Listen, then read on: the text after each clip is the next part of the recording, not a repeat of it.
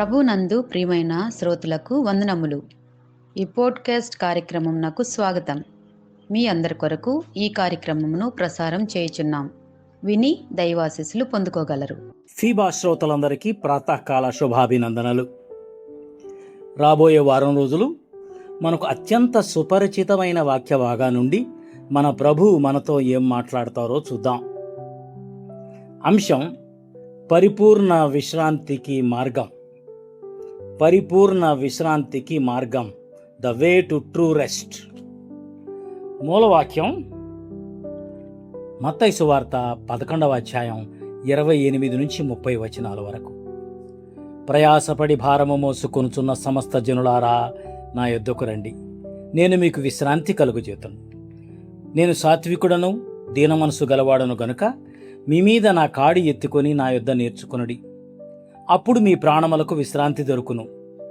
ఎలయనగా నా కాడి సులువుగాను నా భారము తేలికగాను ఉన్నది.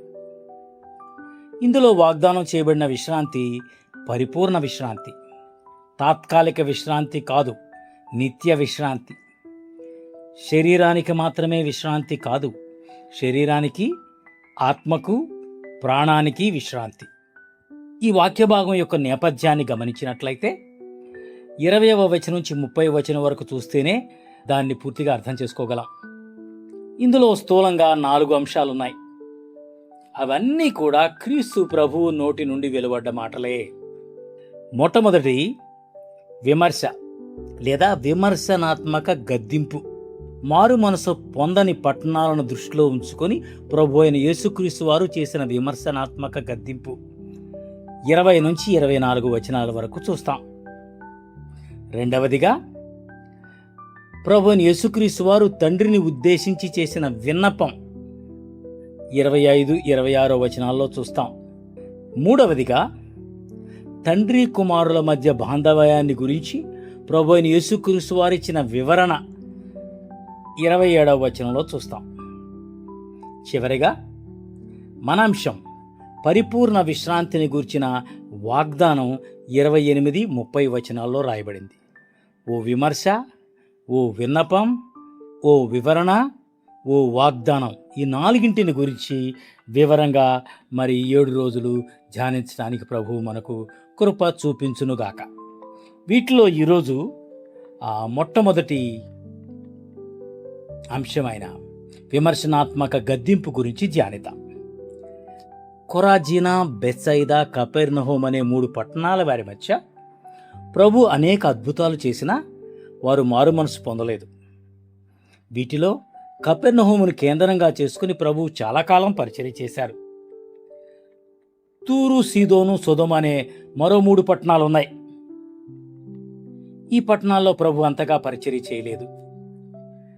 అవే అద్భుతాలు ఈ 3 పట్టణాల్లో చేసి ఉంటే ఆ పట్టణస్తులు ఎప్పుడో మారు మనసు పొందేవారు అని ప్రభు అయిన యేసుక్రీస్తు వారే చెప్తున్నారు. సొదొమ పట్టణాన్ని దేవుడు అగ్ని గంధకాలతో ఎలా భస్మీపటలం చేశారో మనకందరికీ బాగా తెలుసు. ఇక్కడ మనం నేర్చుకోవలసిన ముఖ్య పాఠం, అద్భుతాలు మాత్రమే మారు మనసును కలిగించలేవు.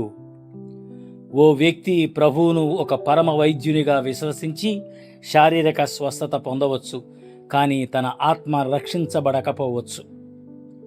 ఆయన యందు రక్షకునిగా, ప్రభువుగా విశ్వాసం ఉంచినప్పుడు మాత్రమే ఓ వ్యక్తి ఆత్మ రక్షించబడుతుందని వాక్యం స్పష్టంగా చెబుతోంది.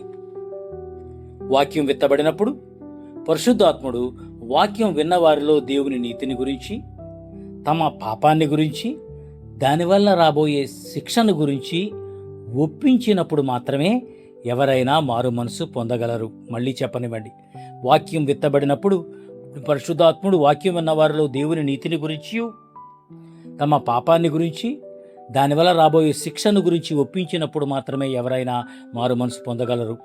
అప్పుడే మన పాత జీవితం పట్ల రోత కలిగి ప్రభువు శిలువలో మన పట్ల చూపించిన ప్రేమకు ముగ్ధులమై ప్రభువును మన హృదయంలో చేర్చుకొని ప్రభువు బిడ్డలం కాగలం. రాబోయే దినాల్లో క్రీస్తు ప్రభు తండ్రికి చేసిన విన్నపం లేదా ప్రార్థన గురించి, తండ్రి కుమారుల మధ్య బాంధవ్యాన్ని గురించిన ప్రభు అయిన యేసుక్రీస్తు వారిచ్చిన వివరణ గురించి, పరిపూర్ణమైన విశ్రాంతి గురించి ప్రభువైన యేసుక్రీస్తు వారిచ్చిన వాగ్దానం గురించి వివరంగా నేర్చుకుందాం. ఈ కార్యక్రమమును గూర్చి మీ సలహాలు మరియు మీ ప్రార్థనా అవసరతల కొరకు మమ్మను సంప్రదించవలసిన మా ఫోన్ నంబర్ 948585085039 మరియు ఈమెయిల్ ఐడి info@fibaonline.org.